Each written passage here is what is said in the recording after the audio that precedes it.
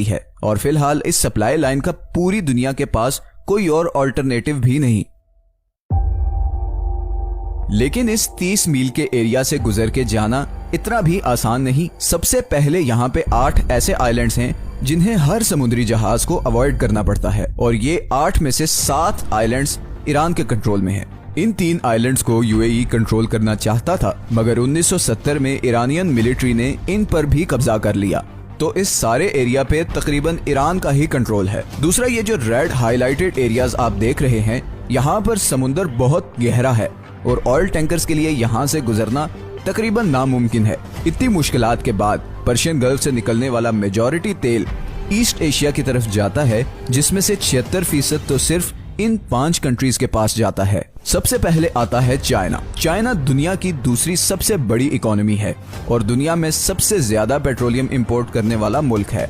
China की total petroleum import का तकरीबन 45% इसी स्ट्रेट ऑफ हॉर्मुज से गुजरकर आता है। जापान दुनिया की तीसरी सबसे बड़ी इकोनॉमी है, जिसे अपनी 100% एनर्जी इंपोर्ट करनी पड़ती है और इस 100% इंपोर्टेड एनर्जी सप्लाई में से तकरीबन 80% इसी 30 मील के चोक पॉइंट से गुजर कर आती है। India, world's 6th largest economy, भी अपना 70% ऑयल और 50% गैस इन्हीं पर्शियन गल्फ कंट्री से इंपोर्ट करता है और वो भी इसी रास्ते से।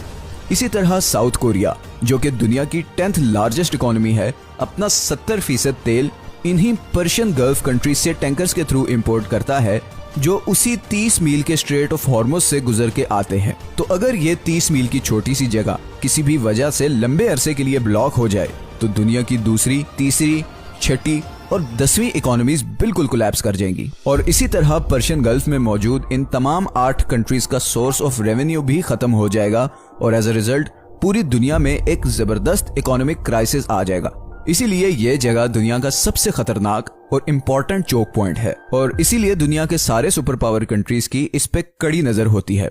अमेरिका ने भी इसीलिए यूएई, ओमान, इराक, सऊदी अरब और बहरीन में दर्जनों मिलिट्री बेसिस बनाई हुई हैं ताकि वो ईरान पे नजर रख सके और ऑयल की स्मूथ सप्लाई को यकीनी बना सके। दूसरी तरफ ईरान पहले ही किसी भी जंग की सूरत में कई दफा ये स्ट्रेट ब्लॉक करने की धमकी दे चुका है और अगर ऐसा हो गया तो न सिर्फ ग्लोबल इकोनॉमी हिल के रह जाएगी, बल्कि ऐन मुमकिन है कि वर्ल्ड वॉर 3 की भी शुरुआत हो जाए। अगर आपको ये वीडियो पसंद आई है तो इसे लाइक और चैनल को सब्सक्राइब जरूर कर दें और अगर आपके पास कोई सजेशंस हैं तो कमेंट में जरूर बताएं। हमने अभी बहुत से इंटरेस्टिंग टॉपिक्स पर वीडियोस बनानी है, तो आपकी सपोर्ट बहुत जरूरी है। अपना ख्याल रखिएगा, मिलते हैं नेक्स्ट वीडियो।